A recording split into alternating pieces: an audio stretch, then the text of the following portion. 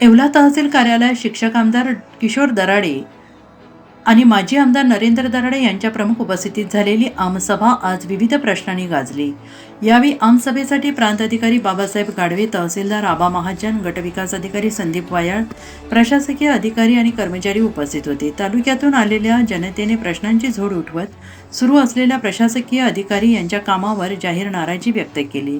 गाजलेल्या आमसभेत 38 गाव पाणीपुरवठा योजना चर्चेच्या केंद्रस्थानी राहिली। त्यामुळे तालुक्यातून आलेल्या ग्रामस्थांनी थेट 38 गाव पाणी पुरवठा योजना समितीवर आक्षेप घेत सदर समिती त्वरित बरखास्त करण्याची तसेच वाढलेली पाणीपट्टी त्वरित बरखास्त करण्याची मागणी लावून धरली। त्यामुळे नवीन समिती स्थापन होत नाही तोपर्यंत वाढीव पाणीपट्टी रद्द करण्याचा निर्णय गटविकास अधिकारी संदीप वायाळ यांनी घेतला। त्याचबरोबर गायगोठा, घरकुल, रस्ता या संदर्भात भ्रष्टाचार आणि कामगार तलाठी ग्रामसेवक मंडल अधिकारी कार्यालयीन उपस्थित राहत नसल्याने ग्रामस्थांची हेळसांड होत असल्याचा पाढा ग्रामस्थांनी वाचला।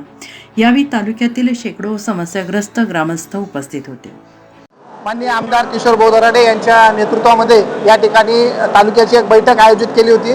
सर्व या ठिकाणी प्रशासकीय यंत्रणा, तहसीलदार असतील, प्रांतसाहेब असतील, गटविकास अधिकारी असतील, पोलीस विभागातले असतील, कृषी विभागातले आणि सर्वच विभागातील या ठिकाणी लोक महत्त्वाची या ठिकाणी उपस्थित होते। आणि आम्ही या ठिकाणी आव्हान केलं होतं लोकांना की जास्तीत जास्त प्रश्न घेऊन आपण या ठिकाणी या। लोकांचे अनेक प्रश्न होते।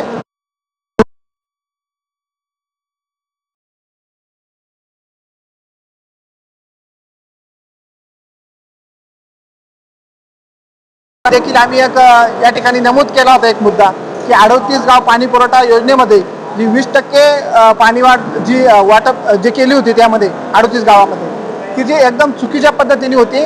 आणि ती चुकीची गोष्ट कशी आहे की आपण गट विकास अधिकारी यांच्या लक्षात आणून दिली, त्यांनी देखील मान्य केलं आणि ती 20% जी पाणी वाटप जी वाढ आहे ती या ठिकाणी थांबवलेली आहे। आणि जी अनधिकृत या ठिकाणी समिती आहे ती सुद्धा या ठिकाणी बरखास्त करून आपण लवकरच या ठिकाणी तालुक्याची बैठक घेऊन सर्व सरपंच घेऊन आपण नवीन या ठिकाणी कमिटी नेमणार असल्याचं आश्वासन देखील याच्यामध्ये दिलं। मी येवला तालुका शिवसेनेच्या वतीने आमचे सर्व पदाधिकारी, कार्यकर्ते आणि सर्व शेतकरी बांधव या सभेसाठी उपस्थित राहिले।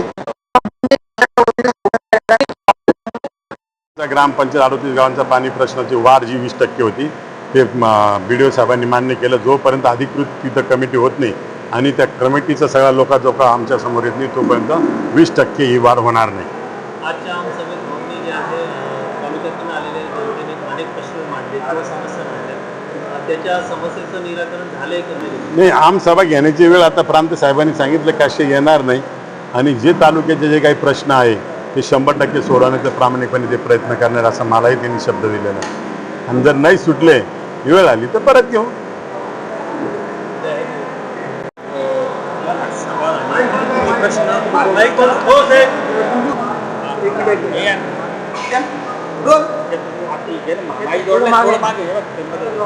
येत आहे का भाऊ? गेल्या 20-25 वर्षानंतर जे आहे तुम्ही या ठिकाणी आमसभा घेतली आणि आमसभेचं काही फलित होईल असं तुम्हाला वाटतंय का?